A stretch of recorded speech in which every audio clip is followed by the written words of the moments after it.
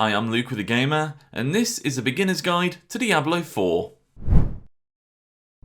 Diablo has returned after a decade away. Whether you're brand new to the series or need a refresher of what this hack and slash ARPG is all about, in this video we'll go over the new mechanics, refresh your mind on some of the older ones, and give you a solid grasp of early game and endgame Diablo.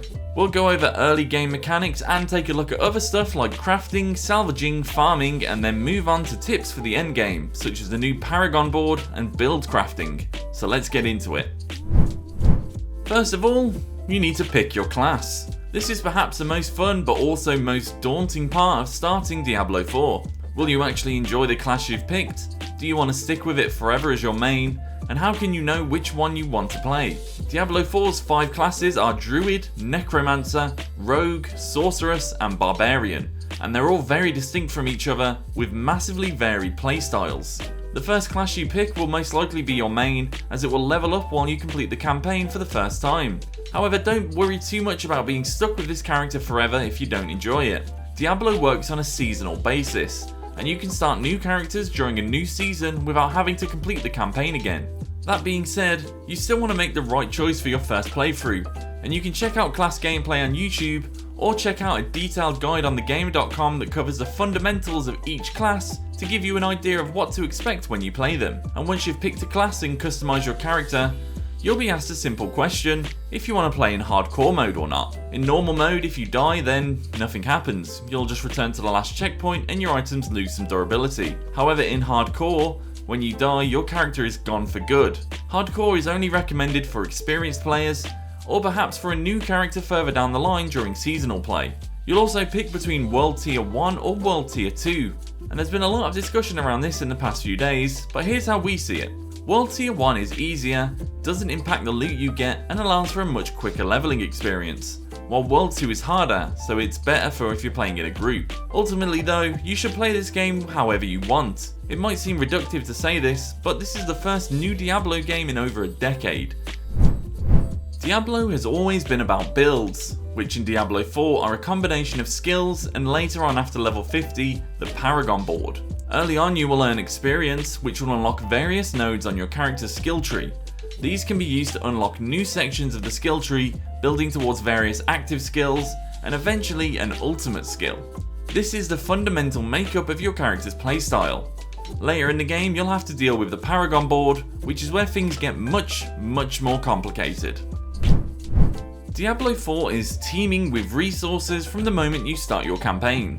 Of course you'll have gold, which is earned by defeating enemies and completing quests, murmuring obols, which are earned by completing various world events, and a ton of crafting materials from iron to legendary aspects that you can get from salvaging legendary items, and so much more. We recommend that you just pick up everything you see, smack every bush, crack open every rock, and pick up every item. You can easily teleport back to town, salvage all your items, and then return to the battlefield. So early in the game, salvage everything. You don't get much gold for selling these items, and the materials you earn by breaking items down, especially legendary armor and weapons, will be useful later on. And don't forget those herb bushes, as you'll need these to upgrade your potions, an important part of your character's progression. However, you're probably asking a question about something I said earlier. What are murmuring obols? It's a special currency that is used at the Purveyor of Curiosities to essentially gamble for a chance of a new item. This actually has a pretty good return, and we've seen some excellent pulls.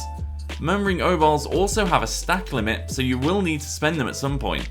We recommend waiting until you've filled your pockets to the max, then heading to the Purveyor in town to try your hand at a bit of gambling. As you progress through the game, you'll eventually be able to upgrade your potions at the Alchemist at certain level thresholds.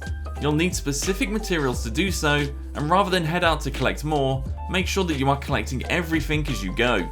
The blacksmith is where you can upgrade and salvage items.